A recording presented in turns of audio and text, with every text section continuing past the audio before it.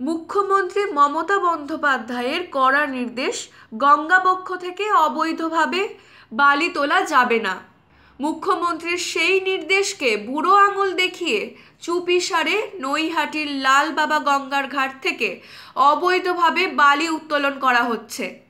এমনকি গঙ্গা ঘাটে বালি তোলার মেশিনও পড়ে রয়েছে। যদিও নৈহাটি পৌরসভার পৌরপ্রধান অশোক চট্টোপাধ্যায়ের দাবি 2015 সালের শেষের দিকে 2-3 গাড়ি বালি তোলা হয়েছিল, সেই বালি এখনো গঙ্গার পাড়েই পড়ে রয়েছে।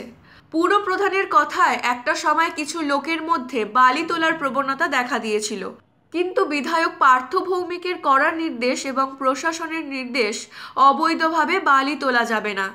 পুরপ্রধানের দাবি রয়্যালটি জমা দিয়ে সরকারের অনুমোদন নিয়ে তবেই বালি তোলা যাবে। কিন্তু গুরুত্বপূর্ণ জুবিলি ব্রিজ সন্নিহিত নৈহাটির লাল বাবা গঙ্গা ঘাটের ছবি কিন্তু অন্য কথা বলছে। ঘাটের পাশে মজুত রয়েছে বালির পাহাড়।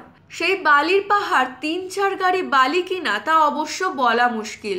স্থানীয়দের অভিযোগ, লুকিয়ে চুরিয়ে লাল বাবা ঘাট থেকে বালি উত্তোলন করছেন এক শ্রেণীর বালি মাফিয়া। কিন্তু প্রাণের ভয়ে ঘাট সংলগ্ন বাসিন্দারা মুখ খুলতে নারাজ।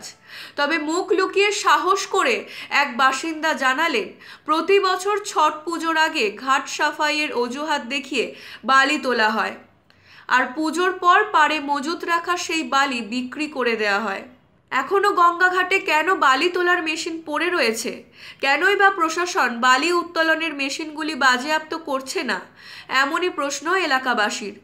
তবে লুকিয়ে চুরিয়ে ফের গঙ্গাবক্ষ থেকে বালি চুরি করলে জুবলি সেতু ক্ষতিগ্রস্ত হবার আশঙ্কা কিন্তু থেকেই যাচ্ছে।